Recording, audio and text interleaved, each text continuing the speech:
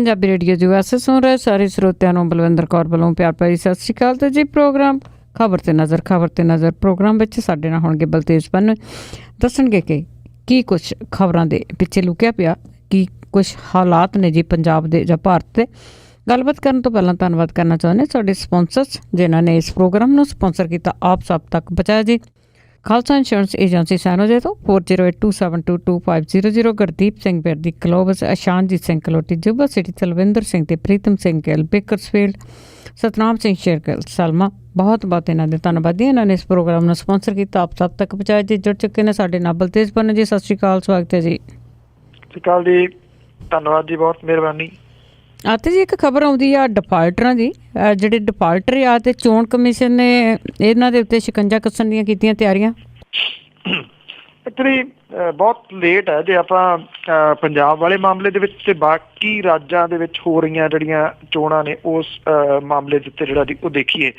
ਬਿਜਲੀ ਤੇ ਪਾਣੀ ਦੇ ਬਿੱਲ ਨਾ ਤਾਰਨ ਵਾਲੇ ਜਿਹੜੇ ਉਮੀਦਵਾਰ ਨੇ ਉਹਨਾਂ ਨੂੰ ਚੋਣਾਂ ਲੜਨ ਤੋਂ ਰੋਕਣ ਲਈ ਚੋਣ ਕਮਿਸ਼ਨ ਕਾਨੂੰਨ ਦੇ ਵਿੱਚ ਤਬਦੀਲੀ ਕਰਨੀ ਚਾਹੁੰਦਾ, ਕਿਉਂਕਿ ਅੱਜ ਤੱਕ ਇਹ ਹੈ ਨਹੀਂ ਗਾ ਜੀ, ਇਹਦੇ ਵਿੱਚ ਇਹ ਪ੍ਰੋਵੀਜ਼ਨ ਨਹੀਂ ਹੈ।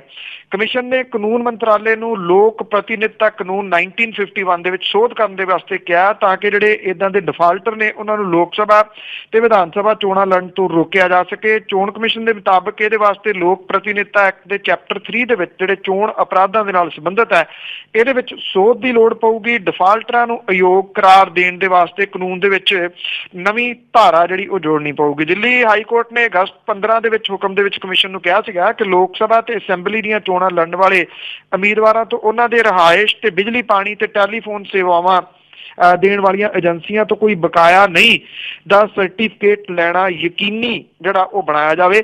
ਇਹਦੇ ਉੱਤੇ ਪਹਿਲਾਂ ਕਾਰਵਾਈ ਜਿਹੜੀ ਦੀ ਉਹ ਨਹੀਂ ਹੋਈ। ਹੁਣ ਇੱਦਾਂ ਹੈ ਕਿ ਜਿਹੜਾ ਚੋਣ ਕਮਿਸ਼ਨ ਆ ਉਹਨੇ ਇਹਦੇ ਉੱਤੇ ਸੋਚਣਾ ਸ਼ੁਰੂ ਕੀਤਾ, ਬਕਾਇਦਾ ਤੌਰ ਦੇ ਉੱਤੇ ਉਹਨੇ ਲੈਟਰ ਜਿਹੜੀ ਹੈ ਜੀ ਉਹ ਲਿਖ ਦਿੱਤੀ ਹੈ। ਮੈਂ ਦੱਸਦਾ ਕਿ ਐਕਚੁਅਲੀ ਪੰਜਾਬ ਦੇ ਵਿੱਚ ਇਹ ਬੜਾ ਚਰਚਿਤ ਹੋਇਆ ਚੋਣਾਂ ਤੋਂ ਬਾਅਦ, ਬੇਸ਼ੱਕ ਵੋਟਾਂ ਤੋਂ ਬਾਅਦ ਇਹ ਚਰਚਿਤ ਹੋਇਆ ਕਿੱਡੇ ਵੱਡੇ ਜਿਹੜੇ ਜੀ ਉਹ ਡਿਫਾਲਟਰ ਨੇ। ਕੁੱਲ ਮਿਲਾ ਕੇ ਕਰੋੜਾਂ ਰੁਪਈਏ ਦੇ ਜਿਹੜੇ ਬਕਾਏ ਨੇ ਇਹਨਾਂ ਦੇ ਵੱਲ ਪਾਵਰਕੌਮ ਦੇ ਖੜੇ ਨੇ, ਤੇ ਇਹਦੇ ਵਿੱਚ ਕੋਈ ਆਮ ਲੋਕ ਨਹੀਂ ਹੈਗੇ ਜੀ। ਸਾਰੇ ਦੇ ਸਾਰੇ ਇਹ ਜਿਹੜੇ ਡਿਫਾਲਟਰ ਨੇ ਉਹ ਵੱਡੇ ਨੇਤਾ ਨੇ, ਸਿਆਸੀ ਪਾਰਟੀਆਂ ਦੇ ਨੇ, ਦੋ ਦੇ ਅਕਾਲੀ ਦਲ ਦੇ ਸਭ ਤੋਂ ਵੱਧ ਤੇ ਕਾਂਗਰਸ ਤੇ, ਔਰ ਇਹਦੇ ਨਾਲ ਹਾਲਾਂਕਿ ਡਿਫਾਲਟਰ ਜਿਹੜੇ ਆ ਜੀ ਉਹ ਪਾਵਰਕੌਮ ਦੇ ਆਪਣੇ ਅਫਸਰ ਵੀ ਹੈਗੇ ਆ। ਜੋ ਖੈਰ ਅਫਸਰ ਚੋਣ ਤਾਂ ਨਹੀਂ ਲੜਦੇ, ਪਰ ਜਿਹੜੇ ਚੋਣ ਲੜਨ ਵਾਲਿਆਂ ਦੇ ਉੱਤੇ ਜੇ ਇਹ ਸ਼ਿਕੰਜਾ ਕੱਸਿਆ ਜਾਂਦਾ ਤਾਂ ਨਿਰਸੰਦੇਹ ਚੋਣ ਸੁਧਾਰਾਂ ਵਾਲੇ ਪਾਸੇ ਇਹ ਇੱਕ ਚੰਗਾ ਸੁਧਾਰ ਹੋ ਸਕਦਾ ਹੈ। ਔਰ ਸੈਕੰਡਲੀ ਇਹ ਹੈ ਜੀ ਕਿ ਜਿਹੜੇ ਹੁਣ 10 ਸਾਲ ਤੋਂ ਹੀ ਜਿਨ੍ਹਾਂ ਨੇ ਬਿੱਲ ਨਹੀਂ ਦਿੱਤੇ ਤਾਂ ਉਹ ਗਾਂ ਇੰਨੀ ਤਾਂ ਕੋਸ਼ਿਸ਼ ਕਰਨਗੇ ਨਾ ਜੀ, ਬਿੱਲ ਇੱਕ ਤਾਂ ਜਾਂ ਤਾਂ ਸਮੇਂ ਤੇ ਦਿੰਦੇ ਰਹਿਣ ਜਾਂ ਕਮ ਸੇ ਕਮ ਵੋਟਾਂ ਤੋਂ ਪਹਿਲਾਂ ਹੀ ਦੇ ਦੇਣਗੇ, ਕਿਉਂਕਿ ਉਹਨਾਂ ਨੂੰ ਨੋ ਆਬਜੈਕਸ਼ਨ ਸਰਟੀਫਿਕੇਟ ਉੱਥੋਂ ਲੈਣਾ ਪਊਗਾ ਜੀ। ਦੇਖੋ ਦਿੰਦੇ ਵੀ ਕਿ ਨਹੀਂ ਦਿੰਦੇ ਜਾਂ ਕੁਛ ਉਰੇ ਪਰੇ ਕਰ ਲੈਂਦੇ ਆ। ਤਾਂ ਅੱਗੇ ਆਪਾਂ ਪੰਜਾਬ ਦੇ ਕਿਸਾਨਾਂ ਦੇ ਕਰਜ਼ੇ ਦੀ ਗੱਲ ਕਰੀਏ ਤੇ ਕਰਜ਼ੇ ਦੀ ਪੰਡ ਜਿਹੜੀ ਹੋਰ ਭਾਰੀ ਹੋ ਗਈ। ਦੇਖੋ ਜਿਹੜੇ ਨਵਾਂ ਸਰਵੇ ਆ ਜੀ ਐਕਚੁਅਲੀ ਉਹ ਇਹ ਦੱਸ ਰਿਹਾ ਕਿ ਪੰਜਾਬ ਦੇ ਵਿੱਚ ਕਿਸਾਨਾਂ ਦਾ ਕਰਜ਼ਾ ਜਿਹੜਾ ਜੀ ਉਹ 80,000 ਕਰੋੜ ਰੁਪਈਏ ਨੂੰ ਟੱਪ ਗਿਆ। ਪੰਜਾਬ ਦੇ ਹਰ ਪਿੰਡ ਵਾਸੀ ਦੇ ਉੱਤੇ ਪ੍ਰਤੀ ਜੀ ਪਰ ਕੈਪੀਟਲ ਜਿਹੜਾ ਜੀ ਉਹ 8 ਲੱਖ ਰੁਪਈਆ ਚੜ ਗਿਆ ਕਰਜ਼ਾ। ਪੰਜਾਬ ਦੇ ਤਕਰੀਬਨ ਜਿਹੜੇ ਜੀ 10 ਲੱਖ ਤੇ 53,000 ਲੋਕਾਂ ਦੇ ਵਿੱਚੋਂ 99% ਲੋਕ ਕਰਜ਼ਾਈ ਨੇ। ਸਾਲ 2009-10 ਦੇ ਵਿੱਚ ਪੰਜਾਬ ਦੇ ਲੋਕਾਂ ਦੇ ਸਿਰ ਦੇ ਉੱਤੇ 35,000 ਕਰੋੜ ਰੁਪਈਏ ਦਾ ਕਰਜ਼ਾ ਸੀਗਾ। ਇਹ ਕੁਝ ਸਾਲਾਂ ਦੇ ਵਿੱਚ ਦੁੱਗਣਾ ਕਿਵੇਂ ਹੋ ਗਿਆ? ਇਹ ਬੜੇ ਚਿੰਤਾ ਪੈਦਾ ਕਰਨ ਵਾਲੇ ਅੰਕੜੇ ਜਿਹੜੇ ਨੇ ਇਹ 3 ਯੂਨੀਵਰਸਿਟੀਆਂ ਦੇ ਵੱਲੋਂ ਕਰਵਾਏ ਗਏ ਸਰਵੇ ਦੇ ਵਿੱਚ ਸਾਹਮਣੇ ਆਏ ਨੇ। ਮੈਂ ਪਿਛਲੇ ਦਿਨਾਂ ਦੇ ਵਿੱਚ ਜ਼ਿਕਰ ਕੀਤਾ ਸੀਗਾ ਕਿ 3 ਯੂਨੀਵਰਸਿਟੀਜ਼ ਦੀ ਜਿਹੜੀ ਖੁਦਕੁਸ਼ੀਆਂ ਦੇ ਮਾਮਲੇ ਦੇ ਵਿੱਚ ਜਿਹੜੀ ਰਿਪੋਰਟ ਆਈ ਨੂੰ ਹੋ ਗਏ ਇਹਨੂੰ 5-6 ਮਹੀਨੇ। ਐਕਚੁਅਲੀ ਇਹ ਦੱਬ ਲਈ ਗਈ, ਦੱਬ ਇਸ ਕਰਕੇ ਲਈ ਗਈ ਸਰਕਾਰ ਦੇ ਵੱਲੋਂ ਕਿ ਵੋਟਾਂ ਜਿਹੜੀਆਂ ਦੀ ਉਹ ਪੈਣ ਵਾਲੀਆਂ ਸਨ, ਉਹਨਾਂ ਨੂੰ ਲੱਗਦਾ ਸੀਗਾ ਕਿ ਵੋਟਾਂ ਦੇ ਵਿੱਚ ਕਿਤੇ ਇਹ ਚਰਚਾ ਦਾ ਵਿਸ਼ਾ ਨਾ ਬਣ ਜਾਵੇ। ਪੰਜਾਬ ਖੇਤੀਬਾੜੀ ਯੂਨੀਵਰਸਿਟੀ ਲੁਧਿਆਣਾ, ਪੰਜਾਬੀ ਯੂਨੀਵਰਸਿਟੀ ਪਟਿਆਲਾ ਤੇ ਗੁਰੂ ਨਾਨਕ ਦੇਵ ਯੂਨੀਵਰਸਿਟੀ ਅੰਮ੍ਰਿਤਸਰ ਦੇ ਵੱਲੋਂ April 10 ਤੋਂ ਮਾਰਚ 13 ਦੇ ਵਿਚਕਾਰ ਕਿਸਾਨਾਂ ਦੀਆਂ ਸੁਸਾਈਡ ਦੇ ਬਾਰੇ ਦੇ ਵਿੱਚ ਪੰਜਾਬ ਦੇ ਕੁਝ 12,500 ਪਿੰਡਾਂ ਬਾਰੇ ਘਰ ਜਾ ਕੇ ਕਰਵਾਏ ਗਏ ਸਰਵੇ ਤੋਂ ਬਾਅਦ ਇਹ ਗੰਭੀਰ ਸਥਿਤੀ ਦਾ ਪਤਾ ਲੱਗਾ। ਪੰਜਾਬ ਸਰਕਾਰ ਦੀ ਤਰਫੋਂ ਇਹ ਕਰਵਾਇਆ ਗਿਆ ਸੀਗਾ। ਇਹਦੇ ਸੰਬੰਧੀ ਫਾਈਨਲ ਰਿਪੋਰਟ ਅਜੇ ਜਾਰੀ ਹੋਣੀ ਹੈ। ਖੁਦਕੁਸ਼ੀ ਕਰਨ ਵਾਲੇ ਕਿਸਾਨਾਂ ਦੇ ਵਿੱਚੋਂ 79% ਕਿਸਾਨ 5 ਏਕੜ ਤੋਂ ਘੱਟ ਜ਼ਮੀਨ ਦੇ ਮਾਲਕੀ ਵਾਲੇ ਨੇ। ਇਹ ਸਾਰੀਆਂ ਖੁਦਕੁਸ਼ੀਆਂ 10 ਤੋਂ ਲੈ ਕੇ 13 ਦੇ ਦਰਮਿਆਨ ਹੋਈਆਂ ਨੇ, ਜਿਹਦੇ ਵਿੱਚੋਂ 74% ਉਹ ਲੋਕ ਨੇ ਜਿਨ੍ਹਾਂ ਨੇ ਇਹ ਆਤਮ ਹੱਤਿਆਵਾਂ ਜਿਹੜੀਆਂ ਨੇ ਸੁਸਾਈਡ ਜਿਹੜੇ ਆ ਜੀ ਉਹ ਕਰਜ਼ੇ ਦੀ ਵਜ੍ਹਾ ਕਰਕੇ ਜਿਹੜੇ ਆ ਉਹ ਕੀਤੇ ਆ, ਕਿਸੇ ਹੋਰ ਕਰਕੇ ਨਹੀਂ। ਇਹ ਕਿਹਾ ਜਾ ਰਿਹਾ ਜੀ ਕਿ ਇਹ 15 ਮਾਰਚ ਤੱਕ ਇਹਦੀ ਡਿਟੇਲ ਜਿਹੜੀ ਆ ਉਹ ਆਊਗੀ। ਜਿਹੜੇ ਖੁਦਕੁਸ਼ੀਆਂ ਕਰਨ ਵਾਲੇ ਨੇ ਜੀ ਉਹਨਾਂ ਦੇ ਵਿੱਚੋਂ ਕਰੀਬ 4000 ਕਿਸਾਨ ਨੇ ਤੇ 3000 ਦੇ ਕਰੀਬ ਜਿਹੜੇ ਜੀ ਉਹ ਖੇਤ ਮਜ਼ਦੂਰ ਨੇ। 74% ਕਿਸਾਨਾਂ ਨੇ, 58.8% ਮਜ਼ਦੂਰਾਂ ਨੇ ਕਰਜ਼ੇ ਦੇ ਕਰਕੇ ਜਿਹੜੀਆਂ ਜੀ ਇਹ ਖੁਦਕੁਸ਼ੀਆਂ ਕੀਤੀਆਂ ਨੇ। ਵੱਖਰੀ ਗੱਲ ਹੈ ਜੀ, ਆਪਾਂ ਇਹਦੀ ਡਿਟੇਲ ਪਹਿਲਾਂ ਵੀ ਸਾਂਝੀ ਕੀਤੀ ਹੈ ਕਿ ਮੁਆਵਜ਼ੇ ਕਰਕੇ ਵੀ ਕੁਝ ਜਿਹੜਾ ਖੁਦਕੁਸ਼ੀ ਕਰ ਦਿੰਦੇ, ਮੁਆਵਜ਼ਾ ਕਿੰਨਿਆਂ ਨੂੰ ਮਿਲਦਾ ਇਹ ਵੀ ਬਹੁਤ ਹੀ ਅਸਲੀਅਤ ਜਿਹੜੀ ਉਹ ਸਾਹਮਣੇ ਆ ਚੁੱਕੀ ਹੋਈ ਹੈ ਜੀ। ਮੁਆਵਜ਼ਾ ਮਿਲਦਾ, ਹੈਰਾਨਗੀ ਦੀ ਗੱਲ ਆ ਕਿ ਜੇ ਉਹਨਾਂ ਦੇ ਕੋਲ 5-5 ਕਿੱਲੇ ਤੇ ਇਸ ਤਰ੍ਹਾਂ ਉਹਨਾਂ ਨੂੰ ਕਿਸ ਤਰ੍ਹਾਂ ਕਰਜ਼ਾ ਮਿਲ ਗਿਆ। ਅੱਗੇ ਆਪਾਂ ਪਾਵਰਕਾਮ ਦੀ ਗੱਲ ਕਰਦੇ ਹਾਂ ਤੇ ਪਾਵਰਕਾਮ ਦਾ ਜਿਹੜਾ ਸ਼ਿਕੰਜਾ ਆ ਉਹ ਕਾਫੀ ਕੱਸਿਆ ਜਾ ਰਿਹਾ ਤੇ ਇਸ ਦੇ ਥੱਲੇ ਪੰਚਾਇਤਾਂ ਆ ਉਹ ਵੀ ਇਸ ਦੇ ਸ਼ਿਕੰਜੇ ਥੱਲੇ ਆਈਆਂ। ਇੱਕ ਤਾਂ ਜਿਵੇਂ ਮੈਂ ਤੁਹਾਨੂੰ ਇਸ਼ਾਰਾ ਕੀਤਾ ਜੀ ਪਹਿਲੇ, ਇੱਕ ਪਾਵਰਕਾਮ ਦੇ ਚੇਅਰਮੈਨ ਨੇ, ਮੈਨੇਜਿੰਗ ਡਾਇਰੈਕਟਰ ਨੇ MD KD ਚੌਧਰੀ, ਉਹਦੀ ਆਪਣੀ ਪ੍ਰਾਈਵੇਟ ਕੋਠੀ ਦੇ ਬਿਜਲੀ ਦੇ ਬਿੱਲ ਜਿਹੜੇ ਨੇ ਜੀ ਉਹ ਦੇਣ ਵਾਲੇ ਨੇ। ਉਹ ਵੀ ਜਿਹੜਾ ਜੀ ਉਹ ਸਮਝ ਰਹੇ ਨੇ। ਤਾਂ ਇਹ ਅਫਸਰ ਉਹ ਨੇ ਜਿਹੜੇ 10 ਸਾਲ ਸੁੱਤੇ ਰਹੇ ਨੇ ਤੇ ਹੁਣ ਇੱਕਦਮ ਇਹਨਾਂ ਨੂੰ ਜਾਗ ਆਈ ਆ ਤੇ ਜਿਹੜਾ ਜੀ ਧੜਾ ਧੜ ਕਨੈਕਸ਼ਨ ਕੱਟੇ ਜਾ ਰਹੇ ਨੇ। ਔਰ ਪਾਵਰਕਾਮ ਦੇ ਵੱਲੋਂ ਪੰਜਾਬ ਭਰ ਦੇ ਵਿੱਚ ਜਿਹੜੇ ਵਾਟਰ ਵਰਕ ਦੇ ਕਨੈਕਸ਼ਨ ਕੱਟਣ ਕਰਕੇ ਹਾਹਾਕਾਰ ਮਚੀ ਹੋਈ ਆ। ਪੰਚਾਇਤਾਂ ਨੂੰ ਕਨੈਕਸ਼ਨ ਬਹਾਲ ਕਰਾਉਣ ਦਾ ਕੋਈ ਤੋੜ ਨਹੀਂ ਲੱਭ ਰਿਹਾ। ਪਿੰਡ ਪੱਧਰ ਤੱਕ ਸਰਕਾਰੀ ਤੰਤਰ ਤੇ ਸਿਆਸਤ ਭਾਰੂ ਹੋਣ ਕਰਕੇ ਸਥਿਤੀ ਵਿਗੜ ਗਈ ਆ। ਵਾਟਰ ਵਰਕ ਦੀਆਂ ਟੂਟੀਆਂ ਸੁੱਕ ਗਈਆਂ ਨੇ, ਮੁਲਾਜ਼ਮਾਂ ਦੇ ਉੱਤੇ ਤਲਵਾਰ ਲਟਕੀ ਹੋਈ ਆ। ਜਲ ਸਪਲਾਈ ਵਿਭਾਗ ਅਧੀਨ 4000 ਵਾਟਰ ਵਰਕਸਾਂ ਦੇ ਵਿੱਚੋਂ ਅਧਿਕਾਰੀਆਂ ਨੇ ਡਿਫਾਲਟਰਾਂ ਦੇ ਕੋਲੋਂ ਬਿੱਲ ਵਸੂਲਣ ਦੀ ਪ੍ਰਕਿਰਿਆ ਚਲਾਈ ਆ, ਪਰ ਪਿੰਡਾਂ ਦੇ ਵਿੱਚ ਸਿਆਸੀ ਧੜੇਬਾਜ਼ੀ, ਸਰਕਾਰ ਦੀਆਂ ਵੋਟ ਲੁਭਾਊ ਨੀਤੀਆਂ, ਇਹ ਪੰਚਾਇਤਾਂ ਲੋਕਾਂ ਕੋਲੋਂ ਬਿਜਲੀ ਬਿੱਲ ਵਸੂਲਣ ਦੀ ਹਿੰਮਤ ਨਹੀਂ ਜੁਟਾ ਰਹੀਆਂ ਜੀ। ਸਰਕਾਰੀ ਸਕੀਮ ਤਹਿਤ ਪੰਚਾਇਤਾਂ ਨੇ ਆਪਣੇ ਅਧੀਨ ਵਾਟਰ ਵਰਕਸਾਂ ਦੇ ਖਰਚੇ ਤੇ ਆਧਾਰ ਦੇ ਤੇ ਪਾਣੀ ਦੇ ਬਿੱਲ ਜਿਹੜੇ ਆ ਜੀ ਉਹ ਆਪ ਸੈੱਟ ਕਰਕੇ ਵਸੂਲਣੇ ਹੁੰਦੇ ਆ। ਪਰ ਜਿਹੜੇ ਜੀ ਮੁਫਤ ਪਾਣੀ ਜਿਹੜਾ ਉਹ ਦਿੱਤਾ ਜਾ ਰਿਹਾ, ਉਹਦਾ ਰੀਜ਼ਨ ਜਿਹੜਾ ਜੀ ਇਹ ਆ ਕਿ ਕਿਤੇ ਵੋਟਾਂ ਜਿਹੜੀਆਂ ਜੀ ਉਹ ਨਾ ਟੁੱਟ ਜਾਣ। ਹੁਣ ਜਿਹੜੀ ਆ ਜੀ ਸਥਿਤੀ ਬਿਲਕੁਲ ਇਹ ਵੱਖਰੀ ਹੋ ਗਈ ਆ। ਇਸ ਕਰਕੇ ਵੱਖਰੀ ਹੋ ਗਈ ਆ ਕਿ ਧੜਾ ਧੜ ਜਿਹੜੇ ਉਹ ਕਨੈਕਸ਼ਨ ਕੱਟੇ ਜਾ ਰਹੇ ਨੇ। ਸਰਪੰਚਾਂ ਨੂੰ ਕੋਈ ਰਾਹ ਜਿਹੜਾ ਜੀ ਉਹ ਨਹੀਂ ਲੱਭ ਰਿਹਾ।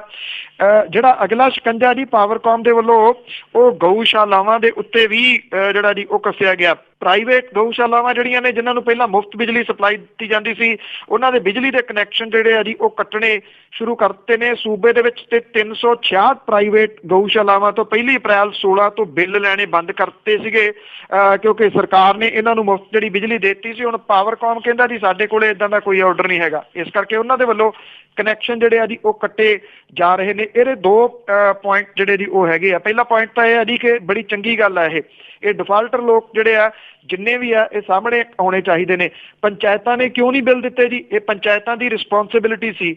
ਲੋਕਾਂ ਦੀਆਂ ਚੁਣੀਆਂ ਹੋਈਆਂ ਪੰਚਾਇਤਾਂ ਜੇ ਇਦਾਂ ਦੀ ਅਣਗਹਿਲੀ ਕਰਨਗੀਆਂ, ਇਹਦੇ ਵਿੱਚ ਲੋਕ ਜਿਹੜੇ ਨੇ ਜੀ ਉਹ ਕਿਉਂ ਭੁਗਤਣ? ਇਹ ਅਗਲਾ ਸਵਾਲ ਹੈ ਜੀ ਕਿ ਉਹਨਾਂ ਨੂੰ ਭੁਗਤਣਾ ਨਹੀਂ ਚਾਹੀਦਾ। ਇਹਦਾ ਕੁਛ ਨਾ ਕੁਛ ਤੋੜ ਜਿਹੜੇ ਸਰਪੰਚ ਨੇ ਉਹਨਾਂ ਨੂੰ ਜਵਾਬ ਦੇ ਬਣਾਉਣਾ ਚਾਹੀਦਾ। ਇੱਕ ਦੂਜੀ ਗੱਲ ਜਿਹੜੀ ਹੈ ਜੀ ਇਹਦੇ ਵਿੱਚ ਅਹਿਮ ਦੇਖਣ ਵਾਲੀ ਹੈ ਕਿ ਅਫਸਰ 10 ਸਾਲ ਜਿਹੜੇ ਸੀ ਉਹ ਕਿੱਥੇ ਸੁੱਤੇ ਰਹੇ ਔਰ ਇਹਨਾਂ ਨੇ ਕੋਈ ਇਹਦੇ ਉੱਤੇ ਕਾਰਵਾਈ ਨਾ ਕੀਤੀ, ਕੋਈ ਇਹਨਾਂ ਨੂੰ ਨੋਟਿਸ ਨਾ ਭੇਜਿਆ। ਜਿਨ੍ਹਾਂ ਨੇ ਡਿਫਾਲਟਰ ਏਡੇ ਵੱਡੇ ਜਿਹੜੇ ਦੀ ਉਹ ਹੋਏ ਪਏ 5-5 ਸਾਲ ਤੋਂ ਪੰਚਾਇਤਾਂ ਨੇ ਬਿੱਲ ਨਹੀਂ ਦਿੱਤੇ। ਕਿਉਂ ਨਹੀਂ ਬਿੱਲ ਦਿੱਤੇ?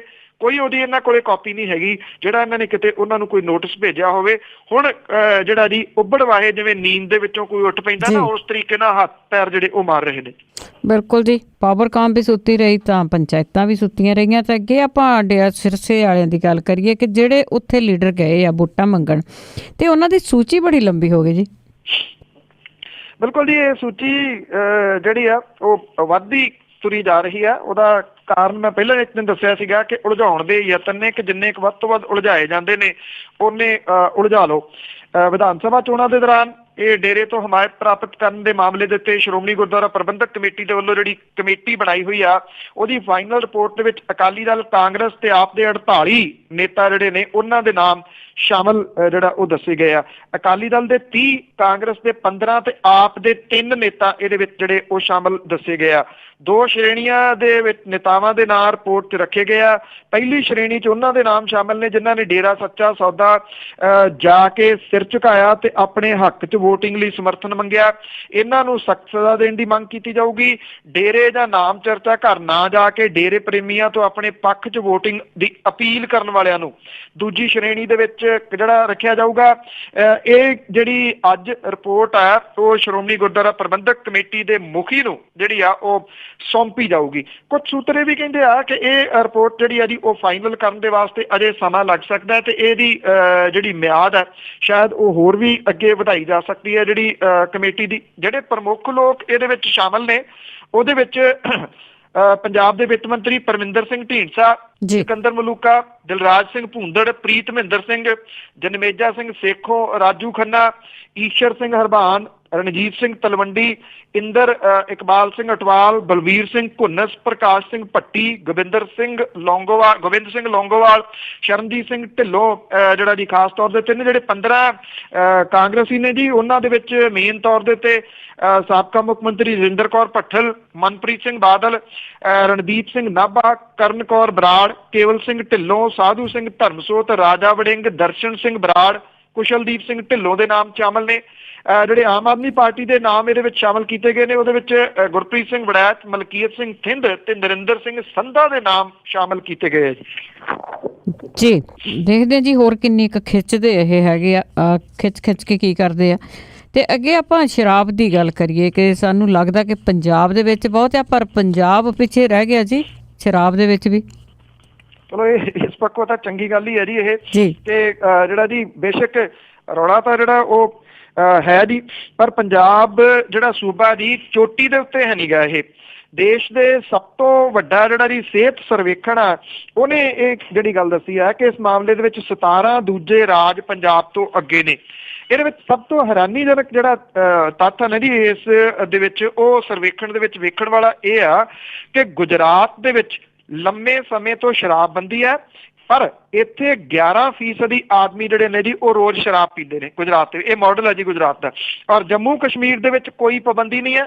ਇਹਦੇ ਬਾਵਜੂਦ ਜੰਮੂ ਕਸ਼ਮੀਰ ਦੇਸ਼ ਦੇ ਵਿੱਚ ਸਭ ਤੋਂ ਘੱਟ ਸ਼ਰਾਬ ਪੀਣ ਵਾਲਾ ਜਿਹੜਾ ਜੀ ਉਹ ਸੂਬਾ ਹੈ।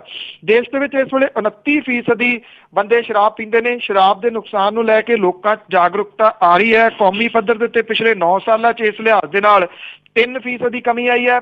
ਸ਼ਰਾਬ ਪੀਣ ਦੇ ਮਾਮਲੇ 'ਚ ਸਭ ਤੋਂ ਅੱਗੇ ਤੇਲੰਗਾਨਾ ਹੈ ਜਿੱਥੇ 61% ਬੰਦੇ ਜਿਹੜੇ ਆ ਉਹ ਸ਼ਰਾਬ ਪੀਂਦੇ ਆ। ਪੰਜਾਬ ਦਾ ਸਥਾਨ 18ਵਾਂ ਹੈ ਔਰ 34% ਬੰਦੇ ਇੱਥੇ ਜਿਹੜਾ ਜੀ ਉਹ ਸ਼ਰਾਬ ਪੀਂਦੇ ਆ। ਪਿਛਲੇ 9 ਸਾਲਾਂ 'ਚ ਇੱਥੇ ਇਸ ਲਿਹਾਜ਼ ਦੇ ਨਾਲ 9% ਦੀ ਕਮੀ ਦਰਜ ਕੀਤੀ ਗਈ ਆ ਜਦੋਂ ਕਿ ਦੇਸ਼ ਦੇ 11 ਰਾਜਾਂ ਦੇ ਵਿੱਚ ਇਹ ਔਸਤ ਜਿਹੜੀ ਹੈ ਜੀ ਉਹਦੇ 'ਚ ਵਾਧਾ ਹੋ ਗਿਆ। ਜਿਹੜਾ ਚੌਥਾ ਰਾਸ਼ਟਰੀ ਪਰਿਵਾਰਕ ਸਿਹਤ ਸਰਵੇਖਣ ਤਹਿਤ ਦੇਸ਼ ਦੇ 6 ਲੱਖ ਪਰਿਵਾਰ 1 ਸਾਲ ਤੱਕ ਚੱਲੇ ਇਸ ਸਰਵੇਖਣ ਦੇ ਵਿੱਚ ਜਿਹੜੇ ਸ਼ਾਮਲ ਕੀਤੇ ਗਏ ਆ। ਸਾਲ 2015 ਦੇ ਦੌਰਾਨ ਅੰਕੜੇ ਲਏ ਗਏ। ਬਿਹਾਰ 'ਚ ਇਸ ਦੇ ਬਾਅਦ ਸ਼ਰਾਬ ਦੇ ਉੱਤੇ ਪਾਬੰਦੀ ਜਿਹੜੀ ਉਹ ਲੱਗੀ ਆ ਜਦੋਂ ਕਿ ਗੁਜਰਾਤ ਦੇ ਵਿੱਚ ਲੰਮੇ ਸਮੇਂ ਤੋਂ ਸ਼ਰਾਬ ਦੀ ਵਿਕਰੀ ਦੇ ਉੱਤੇ ਪਾਬੰਦੀ ਨਹੀਂ ਸਗੋਂ ਨਕਲੀ ਸ਼ਰਾਬ ਬਣਾਉਣ ਵਾਲਿਆਂ ਨੂੰ ਫਾਂਸੀ ਤੱਕ ਦੀ ਸਜ਼ਾ ਦੀ ਜਿਹੜੀ ਹੈ ਜੀ ਉਹ ਵਿਵਸਥਾ ਹੈ। ਇਹਦੇ ਬਾਵਜੂਦ ਗੁਜਰਾਤ ਦੇ ਵਿੱਚ 11.1% ਆਦਮੀ ਧੜੱਲੇ ਦੇ ਨਾਲ ਸ਼ਰਾਬ ਪੀਂਦੇ ਨੇ। ਜਿਵੇਂ ਮੈਂ ਤੁਹਾਨੂੰ ਦੱਸਿਆ ਕਿ ਜੰਮੂ ਕਸ਼ਮੀਰ ਦੇ ਵਿੱਚ ਸਭ ਤੋਂ ਘੱਟ 10.5% ਬੰਦੇ ਜਿਹੜੇ ਨੇ ਉਹ ਸ਼ਰਾਬ ਦੀ ਵਰਤੋਂ ਕਰਦੇ ਨੇ। ਨਾਗਾਲੈਂਡ ਦੇ ਵਿੱਚ ਸ਼ਰਾਬ ਦੀ ਪਾਬੰਦੀ ਹੋਣ ਦੇ ਬਾਵਜੂਦ 39% 39% ਲੋਕ ਜਿਹੜੇ ਸ਼ਰਾਬ ਪੀਂਦੇ ਆ। ਮਨੀਪੁਰ 'ਚ ਕੁਝ ਜ਼ਿਲ੍ਹਿਆਂ ਦੇ ਵਿੱਚ ਪਾਬੰਦੀ ਆ ਜਦੋਂ ਕਿ ਮਿਜ਼ੋਰਮ ਦੇ ਵਿੱਚ ਸ਼ਰਾਬ ਦੀ ਵਿਕਰੀ ਦੇ ਉੱਤੇ ਪਾਬੰਦੀ ਜਿਹੜੀ ਉਹ ਹਟਾ ਲਈ ਗਈ ਹੈ। ਕੇਰਲਾ ਪਿਛਲੇ 2 ਸਾਲਾਂ ਤੋਂ ਸ਼ਰਾਬ ਦੀ ਵਿਕਰੀ ਨੂੰ ਘੱਟ ਕਰਨ ਵਾਲੀ ਨੀਤੀ ਜਿਹੜੀ ਆ ਉਹ ਚਲਾ ਰਿਹਾ ਹੈ। ਪਿਛਲੇ 9 ਸਾਲਾਂ ਦੇ ਦੌਰਾਨ ਰਾਜਾਂ 'ਚ ਸ਼ਰਾਬ ਦੀ ਵਰਤੋਂ ਕਰਨ ਵਾਲਿਆਂ ਦੇ ਵਿੱਚ ਪ੍ਰਤੀਸ਼ਤ ਵਧਿਆ ਜਿਹਦੇ ਛੱਤੀਸਗੜ੍ਹ, ਗੋਆ, ਹਿਮਾਚਲ ਪ੍ਰਦੇਸ਼, ਝਾਰਖੰਡ, ਕਰਨਾਟਕ, ਮਿਜ਼ੋਰਮ, ਨਾਗਾਲੈਂਡ, ਸਿੱਕਮ, ਤੇਲੰਗਾਨਾ, ਤਾਮਿਲਨਾਡੂ ਤੇ ਤ੍ਰਿਪੁਰਾ ਸ਼ਾਮਲ ਨੇ ਜੀ। ਜੀ ਹਾਂ ਦੇਖੋ ਜੀ ਸ਼ਰਾਬ ਕਿਹੋ ਜਿਹੀ ਚੀਜ਼ ਹੈ। ਇੱਥੇ ਅੱਗੇ ਇੱਕ ਹੋਰ ਸਵਾਲ ਆ ਕਿ ਜਿਹੜੀ ਆਪਾਂ ਇਹ ਗੱਲ ਕਰਦੇ ਸੀਗੇ ਪਿੱਛੇ ਜੇ ਖਬਰ ਕਵਰ ਕੀਤੀ ਆ ਤੁਸੀਂ ਜਿਹੜੇ ਹਾਈਵੇ ਦੇ ਉੱਤੇ ਠੇਕੇ ਆ ਕਹਿੰਦੇ ਕੋਈ ਚਲਾਕੀ ਦੇ ਨਾਲ ਬਚ ਵੀ ਸਕਦੇ ਆ ਬੰਦ ਨਹੀਂ ਹੋਣਗੇ। ਜਿੱਥੋਂ ਤੱਕ ਤਾਂ ਪੰਜਾਬ ਹਰਿਆਣਾ ਦੀ ਗੱਲ ਹੈ ਜੀ ਉੱਥੇ ਤਾਂ ਕੋਈ ਚਲਾਕੀ ਨਹੀਂ ਚੱਲ ਰਹੀ ਪਰ ਚੰਡੀਗੜ੍ਹ ਦੇ ਵਿੱਚ ਜਿਹੜੀ ਹੈ ਨਾ ਜੀ ਇਹ ਚਲਾਕੀ ਕੇਂਦਰੀ ਸ਼ਾਸਿਤ ਪ੍ਰਦੇਸ਼ ਕਰਨ ਦੀ ਕੋਸ਼ਿਸ਼ ਜਿਹੜੀ ਦੀ ਉਹ ਕਰ ਰਿਹਾ। ਕੱਲ ਚੰਡੀਗੜ੍ਹ ਦੇ ਵਿੱਚ ਇੱਕ ਸਮਾਗਮ ਦੇ ਵਿੱਚ ਜਿਹੜੇ ਅਰਾਈਵ ਸੇਫ ਦੇ ਨੇ ਜੀ ਸਿੱਧੂ ਸਾਹਿਬ, ਮੇਰੀ ਉਹਨਾਂ ਦੇ ਨਾਲ ਵੀ ਮੁਲਾਕਾਤ ਹੋਈ ਸੀ। ਇਹਦੇ ਬਾਰੇ ਉਹਨਾਂ ਨੇ ਵੀ ਅਪਡੇਟ ਕੀਤਾ, ਕਹਿੰਦੇ ਜਿਹੜੇ ਸ਼ਹਿਰ ਤੋਂ ਬਹਿ ਕੇ ਮੈਂ ਲੜਾਈ ਲੜ ਰਿਹਾ, ਉਹ ਕਹਿੰਦੇ ਜਿਹੜੇ ਬਾਕੀ ਰਾਜ ਨੇ ਸਾਰਿਆਂ ਦੇ ਵਿੱਚ ਮੈਂ ਹਾਈਵੇ ਤੋਂ ਠੇਕੇ ਜਿਹੜੇ ਉਹ ਹਟਵਾ ਦਿੱਤੇ, ਜਾਂ ਉਹਨਾਂ ਦੀ ਜਿਹੜੀ ਸੰਸਥਾ ਹੈ ਅਰਾਈਵ ਸੇਫ ਉਹਦੀ ਕੋਸ਼ਿਸ਼ ਜਿਹੜੀ ਹੈ ਜੀ ਉਹ ਰੰਗ ਲਿਆਈ। ਪਰ ਉਹ ਕਹਿੰਦੇ ਮੇਰੇ ਆਪਣੇ ਸ਼ਹਿਰ ਦੇ ਵਿੱਚ ਹਾਲਾਤ ਜਿਹੜੇ ਦੀ ਇਹ ਬਣ ਗਏ ਕਿ ਇਹਨਾਂ ਨੇ ਤੋੜ ਲੱਭ ਲਿਆ। ਤੋੜ ਲੱਭ ਕੇ ਉਹਨਾਂ ਨੇ ਕੀਤਾ ਕੀ ਹੈ ਜੀ ਕਿ ਜਿਹੜੇ ਹਾਈਵੇ ਲੰਘਦੇ ਨੇ ਚੰਡੀਗੜ੍ਹ ਦੇ ਵਿੱਚੋਂ, ਜਿਹੜੇ ਪੈਂਦੇ ਨੇ ਆ ਕੇ, ਉਹਨਾਂ ਦੀ ਜਿਹੜੀ ਇਹਨਾਂ ਦੀ ਉਹ ਕੈਟਾਗਰੀ ਚੇਂਜ ਕਰ ਦਿੱਤੀ ਚੰਡੀਗੜ੍ਹ ਨੇ। ਉਹਨਾਂ ਨੂੰ ਹਾਈਵੇ ਦੀ ਕੈਟਾਗਰੀ ਚੋਂ ਕੱਢ ਦਿੱਤਾ ਤਾਂ ਕਿ ਇਹ ਜਿਹੜੇ ਠੇਕੇ ਨੇ ਸ਼ਰਾਬ ਦੇ ਉਹ ਖੁੱਲੇ ਰਹਿਣ। ਇਹ ਸਾਰਾ ਕੁਝ ਪੰਜਾਬ ਤੇ ਹਰਿਆਣਾ ਦੇ ਵਿੱਚ ਨਹੀਂ ਹੋ ਸਕਦਾ ਜੀ। ਉਹਦਾ ਰੀਜ਼ਨ ਇਹ ਆ ਕਿ ਜਿਹੜੇ ਨੈਸ਼ਨਲ ਹਾਈਵੇ ਨੇ ਜਾਂ ਜਿਹੜੇ ਸਟੇਟ ਹਾਈਵੇ ਨੇ, ਉਹਨਾਂ ਦੀ ਕੈਟਾਗਰੀ ਨੂੰ ਬਦਲਣ ਦਾ ਹੱਕ ਸੂਬੇ ਦੀ ਸਰਕਾਰ ਕੋਲੇ ਹੈ ਨਹੀਂ ਗਾ ਜੀ। ਜੀ ਨਹੀਂ ਤਾਂ ਅਸੀਂ ਸਾਰੇ ਬਦਲ ਦੇਣੇ ਸੀਗੇ। ਅਤੇ ਜਿਸ ਤਰ੍ਹਾਂ ਪਿਛਲੇ 9-10 ਸਾਲਾਂ ਦੇ ਵਿੱਚ ਪੁਲਿਸ ਨੇ ਬੜਾ ਕੁਝ ਕੀਤਾ, ਸਾਡੇ ਲੀਡਰਾਂ ਨੇ ਬਹੁਤ ਸਾਰੇ ਮੁੰਡੇ ਆ ਚਿੱਟੇ ਦੇ ਅੰਡਰ ਹੀ ਫੜ ਕੇ ਜੇਲ੍ਹਾਂ 'ਚ ਪਾ ਦਿੱਤੇ। ਤੇ ਇਸੇ ਤਰ੍ਹਾਂ ਮਾਲਪੁਰ ਦਾ ਇੱਕ ਦਰਸ਼ਨ ਸਿੰਘ ਨਾਮ ਦਾ ਬੰਦਾ ਸੀਗਾ, ਤੇ ਉਸ ਦੀ ਪੁਲਿਸ ਨੇ ਬੜੀ ਜ਼ਿੰਦਗੀ ਖਰਾਬ ਕਰ ਦਿੱਤੀ ਹੈ। ਬਿਲਕੁਲ ਜੀ, ਇਹ ਹੁਸ਼ਿਆਰਪੁਰ ਡਿਸਟ੍ਰਿਕਟ ਦੇ ਥਾਣਾ ਮਾਲਪੁਰ ਪੁਲਿਸ ਹੈ ਜੀ, ਜਿਹਨੇ 26 ਜੁਲਾਈ ਤੇ 2002 ਨੂੰ ਦਰਸ਼ਨ ਸਿੰਘ ਨਾਂ ਦਾ ਇੱਕ ਬੰਦਾ ਜਿਹੜਾ ਜੀ ਉਹ ਚੁੱਕਿਆ। 26 ਸਾਲ ਉਹਦੀ ਉਮਰ ਸੀਗੀ ਜੀ ਉਸ ਟਾਈਮ 2002 ਦੇ ਵਿੱਚ। ਇਹ ਕਿਹਾ ਗਿਆ ਕਿ ਉਹਦੇ ਕੋਲੋਂ 1.5 ਕੁਇੰਟਲ ਜਿਹੜਾ ਪੋਸਟ ਆ ਉਹਦੀ ਬਰਾਮਦਗੀ ਦਿਖਾਈ ਗਈ। ਪੁਲਿਸ ਨੇ ਅੱਧੇ ਅਧੂਰੇ ਦੇ ਜਿਹੜੇ ਸਬੂਤ ਸੀਗੇ ਉਹ ਲਾਤੇ ਅਦਾਲਤ ਦੇ ਵਿੱਚ। 27 ਫਰਵਰੀ 2005 ਨੂੰ ਉਹਨੂੰ ਦੋਸ਼ੀ ਕਰਾਰ ਦੇ ਦਿੱਤਾ। 10 ਸਾਲ ਦੀ ਉਹਨੂੰ ਸਜ਼ਾ ਜਿਹੜੀ ਸੀ NDPS ਐਕਟ ਦੇ ਤਹਿਤ ਸੁਣਾ ਦਿੱਤੀ ਗਈ। 1 ਲੱਖ ਰੁਪਇਆ ਜੁਰਮਾਨਾ ਵੀ ਲਾਤਾ। ਦਰਸ਼ਨ ਸਿੰਘ ਨੇ ਇਸ ਫੈਸਲੇ ਨੂੰ ਪੰਜਾਬ ਹਰਿਆਣਾ ਹਾਈ ਕੋਰਟ ਦੇ ਵਿੱਚ ਚੈਲੰਜ ਕੀਤਾ। ਹਾਈ ਕੋਰਟ ਤੋਂ ਜ਼ਮਾਨਤ ਮਿਲਣ ਦੇ ਵਿੱਚ ਉਹਨੂੰ 3 ਸਾਲ ਦਾ ਸਮਾਂ ਜਿਹੜਾ ਜੀ ਉਹ ਲੱਗ ਗਿਆ। ਤੇ ਇਹਨਾਂ 3 ਸਾਲਾਂ ਦੇ ਵਿੱਚ ਬਹੁਤ ਕੁਝ ਜਿਹੜਾ ਜੀ ਉਹ ਬਦਲ ਗਿਆ। 6 ਕਿੱਲੇ ਉਹਦੇ ਕੋਲੇ ਜ਼ਮੀਨ ਸੀਗੀ। ਬਹੁਤਾ ਜਿਹੜਾ ਜ਼ਮੀਨ ਦਾ ਹਿੱਸਾ ਸੀਗਾ ਜੀ ਉਹ ਵਕੀਲਾਂ ਦੀਆਂ ਫੀਸਾਂ ਤੇ ਦੂਜੇ ਜਿਹੜੇ ਖਰਚੇ ਸੀਗੇ ਜੀ ਉਹਨਾਂ ਦੇ ਉੱਤੇ ਜਿਹੜਾ ਇਹ ਲੱਗ ਗਿਆ। ਪਰ ਹੁਣ ਜਿਹੜਾ ਜੀ ਹਾਈ ਕੋਰਟ ਨੇ ਇਸ ਬੰਦੇ ਨੂੰ ਬਰੀ ਜਿਹੜਾ ਉਹ ਕਰ ਦਿੱਤਾ, ਔਰ ਹਾਈ ਕੋਰਟ ਨੇ ਇਹ ਗੱਲ ਕਹੀ ਕਿ ਹੁਸ਼ਿਆਰਪੁਰ ਦੀ ਅਦਾਲਤ ਨੇ ਇਸ ਦਰਸ਼ਨ ਸਿੰਘ ਨੂੰ ਸਜ਼ਾ ਸੁਣਾਉਣ ਦੇ ਵਿੱਚ ਗਲਤੀ ਕੀਤੀ ਹੈ। ਔਰ ਇਹ ਕਿਹਾ ਗਿਆ ਜੀ ਕਿ ਜਿਹੜਾ ਸ਼ੱਕ ਵਾਲਾ ਸੀਗਾ ਜੀ ਉਹਦਾ ਲਾਭ ਇਹ ਦਰਸ਼ਨ ਸਿੰਘ ਨੂੰ ਹੋਣਾ ਚਾਹੀਦਾ ਸੀਗਾ। ਇਹ ਪੁਲਿਸ ਨੂੰ ਲਾਭ ਜਿਹੜਾ ਸੀਗਾ ਜੀ ਹੇਠਲੀ ਅਦਾਲਤ ਨੇ ਕਿਉਂ ਦੇ ਦਿੱਤਾ? ਉਹਨੇ ਹਾਈ ਕੋਰਟ ਨੇ ਕਿਹਾ ਜੀ ਕਿ ਇਹਨੂੰ ਠੀਕ ਨਹੀਂ ਠਹਿਰਾਇਆ ਜਾ ਸਕਦਾ। ਪੁਲਿਸ ਨੇ ਜਿਹੜੀ ਇਹ ਪੋਸਟ ਸੀ ਇਹਦੇ 5 ਬੈਗ ਬਰਾਮਦ ਕਰਨ ਦਾ ਦਾਅਵਾ ਕੀਤਾ ਸੀਗਾ, ਪਰ ਇਹਨਾਂ ਸਾਰਿਆਂ ਦੇ ਉੱਤੇ ਪੁਲਿਸ ਦੀ ਕੋਈ ਸੀਲ ਨਹੀਂ ਸੀ ਲੱਗੀ ਹੋਈ। ਔਰ ਇਹਨੂੰ ਆਧਾਰ ਜਿਹੜਾ ਬਣਾਇਆ ਹਾਈ ਕੋਰਟ ਨੇ ਕਿ ਜਦੋਂ ਸੀਲ ਨਹੀਂ ਸੀ ਲੱਗੀ ਹੋਈ ਤਾਂ ਫਿਰ ਅਦਾਲਤ ਨੇ ਟਰਾਇਲ ਕੋਰਟ ਦੇ ਵਿੱਚ ਜਿਹੜਾ ਸੀਗਾ ਟਰਾਇਲ ਦੇ ਟਾਈਮ ਦੇ ਉੱਤੇ ਇਹ ਏਡੀ ਵੱਡੀ ਅਣਗਹਿਲੀ ਜਿਹੜੀ ਉਹ ਕਿਉਂ ਕੀਤੀ। ਇਹ ਜਿਹੜਾ ਬੰਦਾ ਇਸ ਵੇਲੇ ਹੁਣ 38 ਸਾਲ ਦਾ ਹੋ ਗਿਆ ਹੋਇਆ ਜੀ, ਉਹ ਕਹਿੰਦਾ ਜੀ ਉਹਦੀ ਜ਼ਿੰਦਗੀ ਦੇ ਬਿਹਤਰੀਨ ਜਿਹੜੇ ਸਾਲ ਸੀਗੇ, ਉਹਦਾ ਕਸੂਰ ਸਿਰਫ ਇਹ ਸੀਗਾ ਜੀ ਕਿ ਉਹਦਾ ਕੋਈ ਰਿਸ਼ਤੇਦਾਰ ਨਸ਼ੇ ਦਾ ਕੰਮ ਕਰਦਾ ਸੀਗਾ, ਜਿਹਨੇ ਉਹਨੂੰ ਕਹਿ ਕੇ ਫਸਵਾ ਦਿੱਤਾ ਪੁਲਿਸ ਦੇ ਕੋਲੇ, ਔਰ ਉਸ ਬੰਦੇ ਦੀ ਜਿਹੜੀ ਜ਼ਿੰਦਗੀ ਸੀ ਉਹ ਤਬਾਹ ਹੋ ਕੇ ਰਹਿ ਗਈ। ਬਿਲਕੁਲ ਜੀ, ਰਿਸ਼ਤੇਦਾਰ ਫਿਰ ਵੀ ਐਸ਼ ਕਰਦਾ ਹੋਣਾ ਆ। ਤੇ ਅੱਗੇ ਆਪਾਂ ਚੱਲਦੇ ਹਾਂ ਜੀ ਉੱਤਰ ਪ੍ਰਦੇਸ਼। ਉਸ ਦੇ ਵਿੱਚ ਜਿਹੜੀ ਇਲੈਕਸ਼ਨ ਦੀ ਆ ਕਮਾਂਡ ਸੰਭਾਲੀ ਹੋਈ ਆ ਇਕੱਲੇ ਮੋਦੀ ਨੇ, ਤੇ ਲੋਕੀ ਕਰ ਰਹੇ ਨੇ ਜੀ ਗੱਲਾਂ। ਬਿਲਕੁਲ ਜੀ, ਐਕਚੁਅਲੀ ਦੇਖੋ ਜਿਹੜੀ ਮਰਿਆਦਾ ਹੈ ਉਹ ਹੁੰਦੀ ਹੈ ਅਹੁਦੇ ਦੀ। ਉਸ ਅਹੁਦੇ ਦੀ ਇੱਕ ਬਹੁਤ ਵੱਡੀ ਮਰਿਆਦਾ ਹੈ, ਬਹੁਤ ਉੱਚਾ ਅਹੁਦਾ ਹੈ। ਪ੍ਰਧਾਨ ਮੰਤਰੀ ਦਾ ਅਹੁਦਾ ਜਿਹੜਾ ਉਹਦੇ ਵਿੱਚੋਂ ਜਿਹੜਾ ਵਿਅਕਤੀ ਤਾਂ ਕੋਈ ਬਹੁਤੇ ਮਾਇਨੇ ਨਹੀਂ ਰੱਖਦਾ। ਜੇ ਉਸ ਵਿਅਕਤੀ ਨੂੰ ਉਸ ਅਹੁਦੇ ਤੋਂ ਵੱਖ ਕਰਤਾ ਜਾਵੇ ਤਾਂ ਉਹਦੀ ਆਪਣੀ ਪਹਿਚਾਣ ਜਿਹੜੀ ਉਹ ਕੋਈ ਨਹੀਂ ਰਹਿੰਦੀ। ਉਹ ਚਾਹੇ ਸਾਬਕਾ ਹੋ ਜਾਂਦਾ ਚਾਹੇ ਮੌਜੂਦਾ ਹੁੰਦਾ। ਇਹ ਜਿਹੜੀਆਂ ਉੱਤਰ ਪ੍ਰਦੇਸ਼ ਦੀਆਂ ਚੋਣਾਂ ਨੇ ਨਾ, ਇਹਦੇ ਦੌਰਾਨ ਕਿਤੇ ਨਾ ਕਿਤੇ ਜਿਹੜੀ ਸ਼ਾਖ ਹੈ ਉਹ ਪ੍ਰਧਾਨ ਮੰਤਰੀ ਦੇ ਅਹੁਦੇ ਦੀ ਦਾਅ ਦੇ ਉੱਤੇ ਤਾਂ ਲੱਗੀ ਹੋਈ ਹੈ। ਜਿਹੜਾ ਕੱਲ ਰੋਡ ਸ਼ੋਅ ਕੀਤਾ ਗਿਆ, ਇਹ ਲਾਸਟ ਰੋਡ ਸ਼ੋਅ ਕਿਹਾ ਜਾ ਰਿਹਾ ਜੀ। ਲਾਸਟ ਗੇੜ ਤੋਂ ਪਹਿਲਾਂ ਆਪਾਂ ਕੱਲ ਗੱਲ ਸਾਂਝੀ ਕੀਤੀ ਸੀ ਕਿ ਅਖੀਰਲੇ ਦੌਰ ਵੱਲ ਨੂੰ ਵੱਧ ਰਹੀ ਹੈ ਜੀ ਉੱਤਰ ਪ੍ਰਦੇਸ਼ ਦੀ ਜਿਹੜੀ ਚੋਣ ਮੁਹਿੰਮ। ਤੇ ਇੱਥੇ 4 ਘੰਟੇ ਦੇ ਰੋਡ ਸ਼ੋਅ ਦੀ ਪਰਮਿਸ਼ਨ ਖੜੇ ਪੈਰ ਲਈ ਗਈ ਪ੍ਰਧਾਨ ਮੰਤਰੀ ਹੋਰਾਂ ਨੇ। ਪ੍ਰਧਾਨ ਮੰਤਰੀ ਨਰਿੰਦਰ ਮੋਦੀ ਹੋਰਾਂ ਨੇ ਇੱਥੇ ਰੋਡ ਸ਼ੋਅ ਕੀਤਾ ਇਕੱਲਿਆਂ, ਨਾ ਉਹਨਾਂ ਦੇ ਨਾਲ ਕੋਈ ਮੰਤਰੀ, ਨਾ ਉਹਨਾਂ ਦੇ ਨਾਲ ਭਾਰਤੀ ਜਨਤਾ ਪਾਰਟੀ ਦਾ ਕੋਈ ਵੱਡਾ ਜਿਹੜਾ ਸੀਗਾ ਉਹ ਅਹੁਦੇਦਾਰ। ਕੱਲਿਆਂ ਨੇ ਉਹਨਾਂ ਨੇ ਜਿਹੜਾ ਜੀ ਇਹ ਰੋਡ ਸ਼ੋਅ ਕੀਤਾ। ਇਹਨੂੰ ਲੈ ਕੇ ਕਈ ਕਿਸਮ ਦੇ ਕਿੰਤੂ ਪਰੰਤੂ ਜਿਹੜੇ ਆ ਜੀ ਉਹ ਖੜੇ ਹੋ ਰਹੇ ਨੇ ਕਿ ਪ੍ਰਧਾਨ ਮੰਤਰੀ ਹੋਰਾਂ ਨੂੰ ਇੰਨੇ ਨਿੱਜ ਦੇ ਲੈਵਲ ਤੱਕ ਜਾ ਕੇ ਉੱਤਰ ਪ੍ਰਦੇਸ਼ ਦੀਆਂ ਚੋਣਾਂ ਦੇ ਵਿੱਚ ਚੋਣ ਪ੍ਰਚਾਰ ਕਿਉਂ ਕਰਨਾ ਪੈ ਰਿਹਾ। ਬੇਸ਼ੱਕ ਉਹਦਾ ਰੀਜ਼ਨ ਜਿਹੜਾ ਜੀ ਇਹ ਆ ਕਿ ਬਿਹਾਰ ਦੇ ਵਿੱਚ ਜਿਵੇਂ ਭਾਰਤੀ ਜਨਤਾ ਪਾਰਟੀ ਨੂੰ ਮੂੰਹ ਦੀ ਖਾਣੀ ਪਈ ਸੀਗੀ ਤੇ ਬਿਹਾਰ ਦੇ ਤੋਂ ਬਾਅਦ ਜਿਹੜਾ ਜੀ ਸਵਾਲ ਕੁਝ ਨਰਿੰਦਰ ਮੋਦੀ ਹੋਰਾਂ ਦੇ ਉੱਤੇ ਉੱਠੇ ਸਨ, ਪਰ ਉਦੋਂ ਕਿਉਂਕਿ ਸਰਕਾਰ ਅਜੇ ਬਹੁਤਾ ਸਮਾਂ ਨਹੀਂ ਸੀ ਹੋਇਆ, ਕੇਂਦਰ ਵਾਲੀ ਨੂੰ ਕੋਈ ਗੱਲ ਹੈ ਨਹੀਂ ਸੀਗੀ। ਹੁਣ ਇਹ ਕਿਹਾ ਜਾ ਰਿਹਾ ਕਿ ਜੇ ਉੱਤਰ ਪ੍ਰਦੇਸ਼ ਦੇ ਵਿੱਚ ਏਦਾਂ ਹੀ ਜਿਹੜਾ ਜੀ ਫੇਰ ਭਾਵ ਕਿ ਉੱਤਰ ਪ੍ਰਦੇਸ਼ ਦੇ ਵਿੱਚ ਉਹਦੇ ਬੀਜੇਪੀ ਜਿੱਤ ਨਾ ਸਕੀ ਤੇ ਫਿਰ ਉਹਦੇ ਨਾਲ ਇਹ ਹੋਊਗਾ ਜੀ ਕਿ ਇਹਦੀ ਸਿੱਧਮ ਸਿੱਧੀ ਜਿਹੜੀ ਜ਼ਿੰਮੇਵਾਰੀ ਆ ਉਹ ਪ੍ਰਧਾਨ ਮੰਤਰੀ ਨਰਿੰਦਰ ਮੋਦੀ ਹੋਰਾਂ ਦੇ ਉੱਤੇ ਆ ਜਾਣੀ ਹੈ।